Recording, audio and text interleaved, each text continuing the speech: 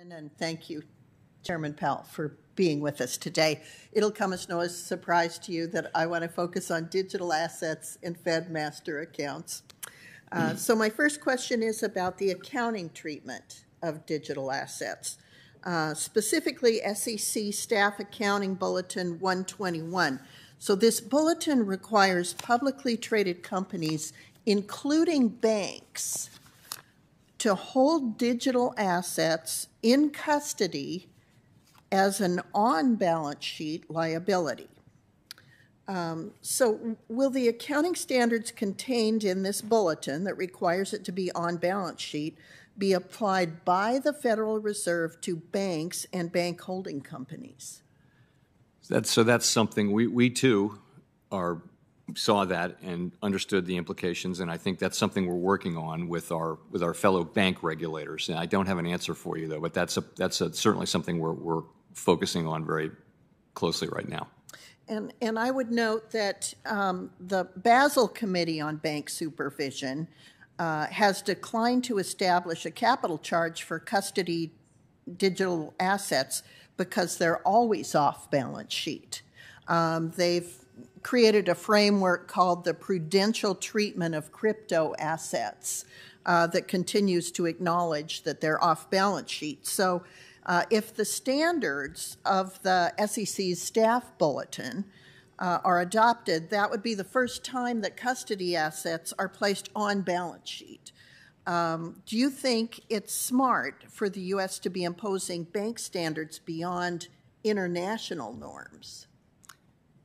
So again, I mean, that was the SEC has authority over accounting rules, and that's what this was. And we now have to consider that exact question, and that's what we're doing. I can't really say more because we are working our way through it.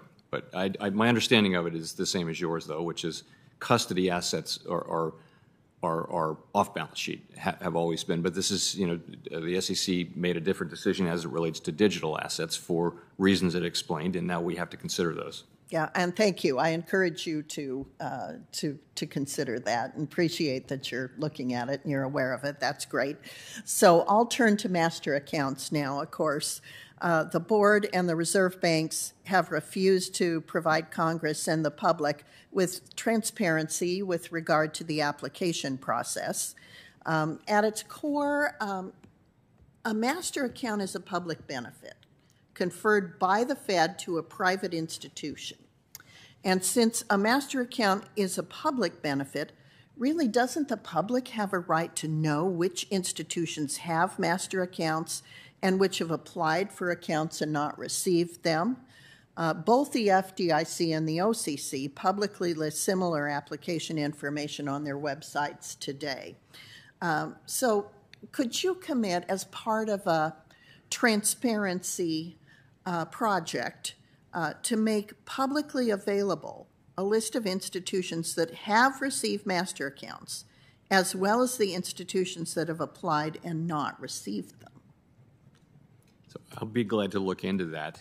You know our system well, and it really is that the Fed, the board, we set rules, but the reserve banks really make the decisions about granting accounts subject to those rules, and we actually think we can improve on that system with the current proposal we have and are considering comments on that right now, as I'm sure you know very well. Yeah, and as you also know that applicants for master accounts are getting whipsawed between the Federal Reserve Board of Governors and the banks, that one says that the Federal Reserve says that the banks have all of the authority they need, meaning Federal Reserve Bank of Kansas City and others have all of the authority they need to make these decisions, and yet you go to the reserve banks and they say, oh no, we're waiting for the Board of Governors. And so there's a whipsaw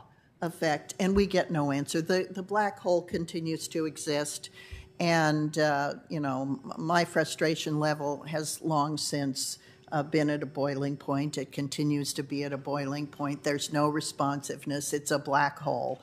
And I wish to just once again use this opportunity to encourage you to address that. There's just no excuse There's no excuse anymore, Mr. Chairman. Thank you.